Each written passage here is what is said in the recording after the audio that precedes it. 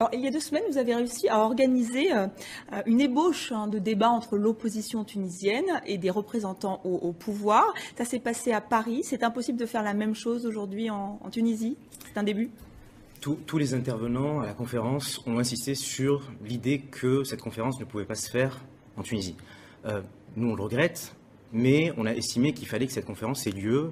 Elle a eu lieu à Paris, elle a eu lieu à Sciences Po, et on peut considérer que c'est un événement exceptionnel pour une raison simple, c'est que pour la première fois, les partis d'opposition et les proches du régime, ou certains membres du régime de Ben Ali, ont discuté ensemble. Qu'est-ce que vous cherchez à faire avec ce genre d'initiative ?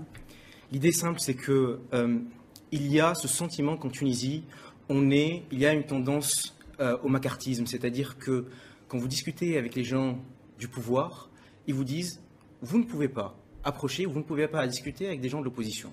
Puisque si vous discutez avec des gens de l'opposition, vous êtes opposant. Donc vous, ils vous considèrent comme un opposant ? Ils pourraient me considérer comme étant un opposant. Mais pour l'opposition, les choses se passent à peu près de la même manière. C'est-à-dire que si vous discutez avec des gens du régime, on considère aussi que vous êtes acquis au régime.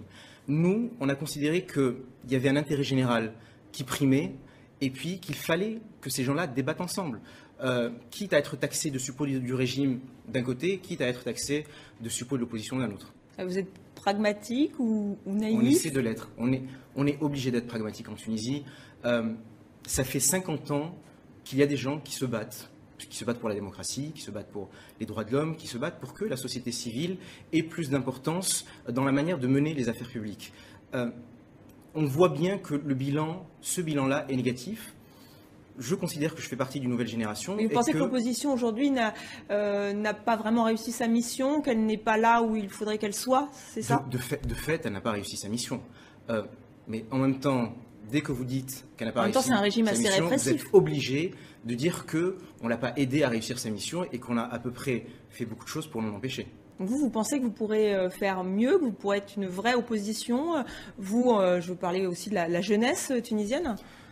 Je dis pas que je veux absolument faire partie de l'opposition, c'est un concept qui, à mon sens, est vide. Et je dis simplement qu'il faut faire les choses autrement et qu'il faut essayer de trouver quelque chose. On est en train d'y réfléchir, on y réfléchit tous les jours pour que les choses changent en Tunisie et pour les Tunisiens. Et ce scrutin-là ne va rien changer. On a le sentiment que les Tunisiens sont assez las, désabusés par rapport aux élections, par rapport à la vie politique.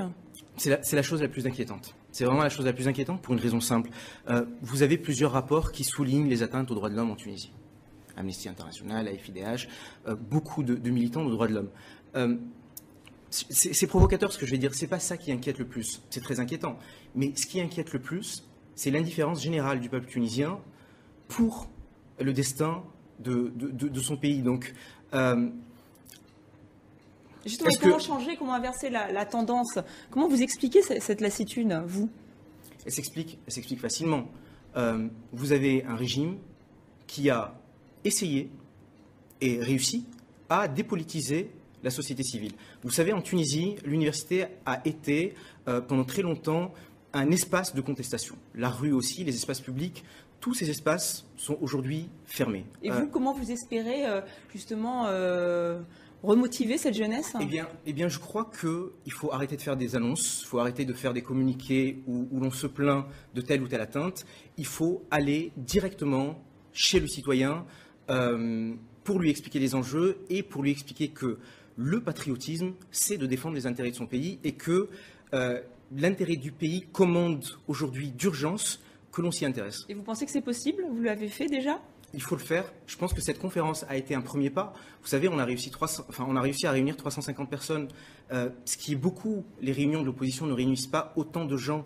Et j'ai vu parmi ces 350 personnes beaucoup de jeunes, et c'est l'espoir que j'ai, c'est que ces jeunes-là qui souffrent notamment du chômage, surtout pour les jeunes diplômés, se saisissent du destin de la cité et se disent on va faire quelque chose pour notre pays. Très bien, merci beaucoup Selim Benhassen d'avoir accepté notre invitation.